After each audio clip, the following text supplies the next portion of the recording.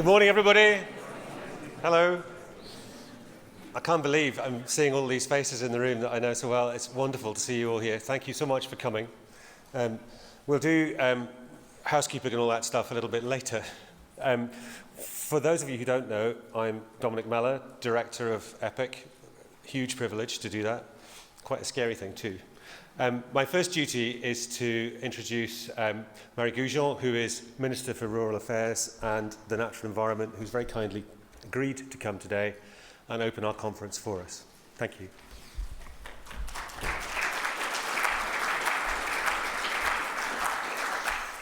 Good morning, everyone, and thank you, Dominic, for inviting me to open the EPIC conference on global animal health security. And I really just want to extend a huge welcome to you all. As Minister for Rural Affairs and the Natural Environment, my remit is very broad and varied. And one of those remits is responsibility for controlling outbreaks of exotic notifiable diseases like foot and mouth disease. And while no one wants to hear about the outbreak of diseases such as foot and mouth, I'm always reassured that the excellent teams, both within the Scottish Government and with our partners, stand ready to do all that is necessary to limit the spread of any disease and then try to arrange for its eradication. And one of the key things I've learned since taking up my ministerial role is the extensive network of partners that exist around disease control. And I just want to tell you right at the start how much I really respect and value the incredible work that you all do. Now, EPIC is one of those, but also the Animal and Plant Health Agency, SEPA, Police Scotland, and of course the 32 Scottish local authorities, as well as the network of other government departments in Wales, Northern Ireland and England that work very closely with us. From a minister's perspective, the roles that the numerous partners undertake to ensure our joint response is coordinated and proportionate is invaluable. Naturally, at EPIC's own conference, I want to say a few words about your valuable role in supporting the Scottish Government. And it's heartening to know that there is such a breadth and depth of scientific expertise within EPIC that stands ready to help provide that key support and advice to us should there be a disease outbreak. EPIC are commissioned by Scottish Government to provide research capacity both in peacetime and in the event of a disease outbreak emergency. In peacetime, EPIC undertake an agreed programme of research and contingency planning, and in the event of an outbreak, as many scientists are needed, are redirected to work to inform our outbreak response. I consider the work that EPIC does invaluable to both myself and my officials, as many of the research outputs that EPIC has led on have already had direct impacts on our policies on animal health. And it's some of those achievements that I would like to go on to talk about today. But before I do go on to talk about those achievements, I feel I have to mention the long shadow that Brexit casts over today's proceedings and indeed around everything else at the moment. EPIC shows the huge gains that flow from collaboration between policymaking and academia and across disciplines and international borders. Those gains are jeopardised by a Brexit that throws up barriers to the movement of people and the movement of those ideas. At a practical level, the UK will no longer benefit from access to the EU's reference labs or to the EU's audit of the biosecurity measures in third countries. And these are problems that can, with time and resources, hopefully be resolved. But what can't be so easily resolved are restrictions on the recruitment of experts from Europe, which would weaken Scotland and the UK's response to disease outbreaks. And if that wasn't enough, we don't know what trade deals the UK government will enter into with other countries and what disease risks those will involve. Clearly then, Brexit could both increase the risk of animal disease and reduce the Scottish Government's ability to respond quickly and effectively to it. It's for these reasons, as well as for many others, that the Scottish Government is clear that staying in the EU is best for us all and that there is no such thing as a good Brexit. The worst outcome, of course, though, would be a no-deal Brexit. That would be a disaster for agriculture across Scotland, and yet, unbelievably, it's still something that is a very real possibility. The Scottish Government is not standing idly by, however, in the face of those threats, and that's why we're working with key stakeholders and partners to prevent and mitigate the negative effects of Brexit as far as we possibly can. And that's also why we'll continue to adhere to the effective disease control procedures and why we continue to put pressure on the UK Government to recognise issues which are important to Scotland. And those issues include sensible migration and funding policies that underpin the continued international collaboration that EPIC exemplifies so well and which benefits us all. Now, returning to the main business of the day and back to looking at EPIC's achievements. EPIC's analysis of the potential risks of spread of African swine fever by pig transportation vehicles will better inform our response should African swine fever make it to Scottish or to UK shores. The scientists leading on this area of work have presented and discussed the findings with Scottish and industry stakeholder groups. Awareness of the findings has contributed to moves within industry to review how livestock haulage trucks are cleansed and disinfected, with the National Pig Association launching an industry-wide campaign for muck-free trucks to encourage producers, processors and hauliers to do everything they can to try and keep lorries clean. It has also led to government and stakeholders considering whether existing legislation in this area is robust enough, and this is still something which is under review. This is an excellent example of scientists working closely with industry and government colleagues to achieve practical solutions to protect our livestock. EPIC, along with several of the organisations represented here today, participated in Exercise Blackthorn last year.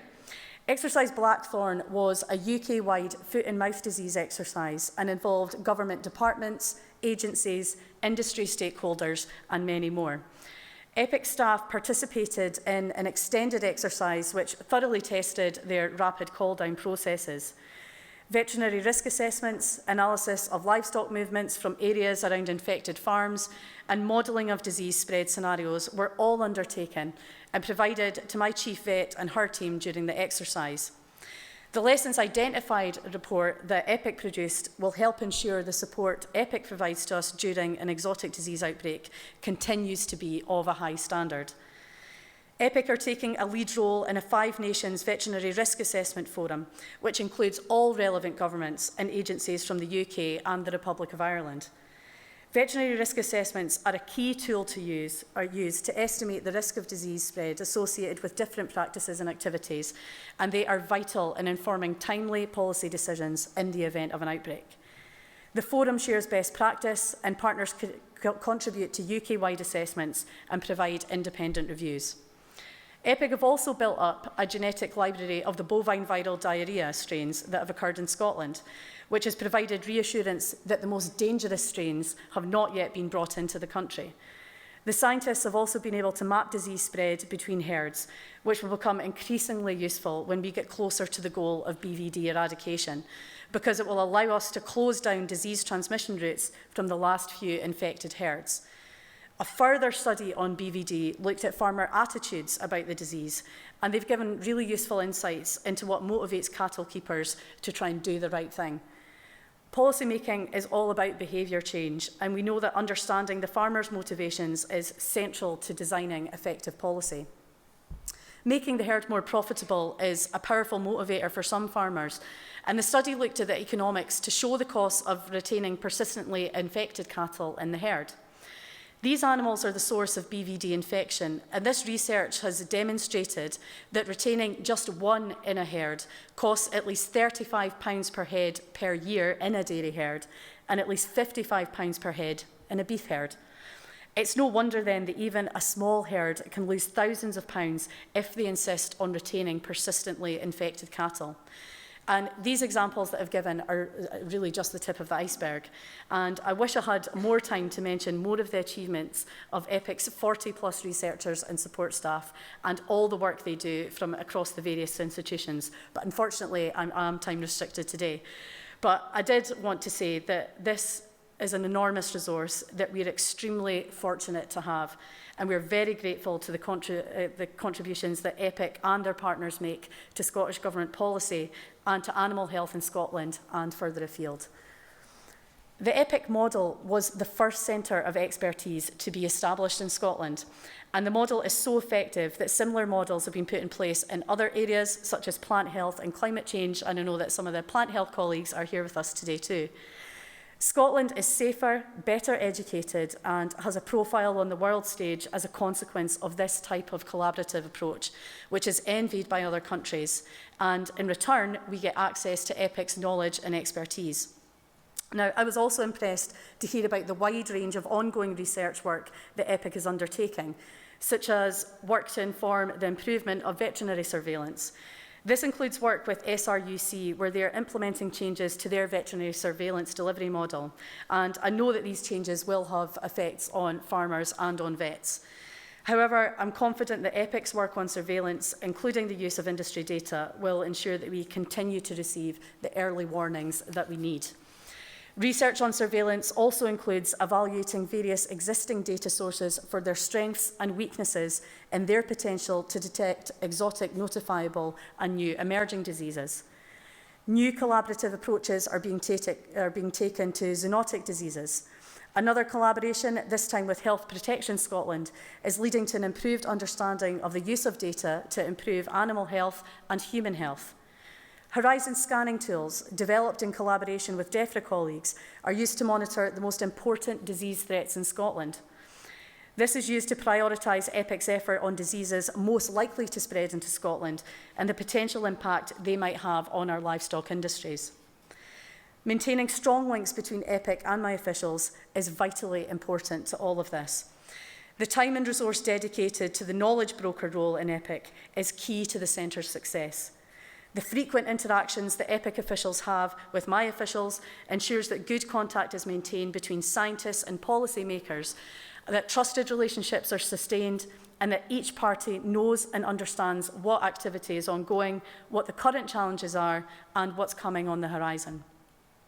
All the research that EPIC does comes at a cost to the Scottish Government, but I think that that's small when you compare it to the costs that we could face in the face of a large-scale outbreak. For example, the cost to Scotland of the foot and mouth outbreak in 2001 is estimated to be as much as £481 million. Clearly, it pays to maintain Scotland and its immediate neighbours' disease-free status. Needless to say, I far prefer that we don't have to mobilise these valuable resources in the first place, as any outbreak doesn't only come with great cost, but it has harmful consequences for the animals, for their owners, and also to the national and international reputation of Scotland. So clearly, while risk of disease is constant, it's imperative that we maintain a watching brief and close any opportunities for the spread of disease. Throughout this ongoing work, my officials in the Animal Health and Welfare Division in Saughton House here in Edinburgh have extended that work further. My earlier reference to the research work on pig haulage has been useful, especially with African swine fever being the latest potential threat to the UK. African swine fever continues to cause havoc with the pig industry, causing the deaths of millions of pigs worldwide, with the most recent outbreak being reported in southern Bulgaria, close to the Greek border. But closer to home, African swine fever has been reported in wild boar in Belgium. Now, I think while Bulgaria, Greece and even Belgium might seem some distance away from us in Scotland, all it takes is one stray piece of infected meat arriving here and entering the animal food chain. To do our utmost to stop that potential danger, we've been working with other UK administrations and Border Force to help ensure that sufficient controls are in place to check any personal imports of meat or meat products that might carry African swine fever. Another concern of Scottish Government is antimicrobial resistance, and we've been focusing another arm of activity on that. This is another area where EPIC play an invaluable role, bringing its multidisciplinary team, who are expert in veterinary medicine, epidemiology, genetics, physics, mathematics, social science and economics, who are helping to create relevant and pragmatic solutions. Even closer to home, earlier this year, my officials worked with the Royal Highland and Agricultural Society of Scotland, the organisers of the Royal Highland Show, to get biosecurity messages out to the show's 195,000 visitors. The First Minister announced the latest programme for government 2 weeks ago, and set out in those actions was a commitment to work with other administrations in the UK to educate the public and key audiences of disease risks, and to promote the importance of biosecurity to protect Scotland's livestock and wildlife. So I'm hopeful that the work this year with the Royal Highland and Agricultural Society is the start of a process that will see replicated at the numerous agricultural shows the length and breadth of Scotland. People from all parts of the chain have to recognise the need and sense of doing simple things like washing their hands before and after touching livestock and using foot mats to disinfect their shoes. Now, these are all very simple tasks, very similar and in the same purpose as using hand sanitisers when visiting a hospital. And I think that we have these very simple messages that have become ingrained with us, within us with regards to human health, and animal health should be no different in that regard. Now, clearly, seeking good hygiene is always going to be the better option for both humans and our animals than transmitting infection to our nearest and dearest and to our valuable animals too. Looking ahead, I think, well, let's hope that we can keep Scotland disease-free, but we have to continue our daily work in the knowledge that the well-practiced procedures that the Scottish Government, its partners, agencies and other organisations have in place can kick in at the drop of a hat should the need arise. So really, on behalf of the Scottish Government, I want to thank EPIC for being absolutely key in that partnership and for all the work that EPIC do. And I really look forward to hearing more about your work in the future. And I would really like just to wish you all the very best for this conference. I know you've got some very interesting presentations on the agenda. Unfortunately, I can't stay for the duration, but I'll definitely be following the progress on the website, and I look forward to hearing what else is discussed over the course of the next 2 days. Enjoy the conference. Thank you very much.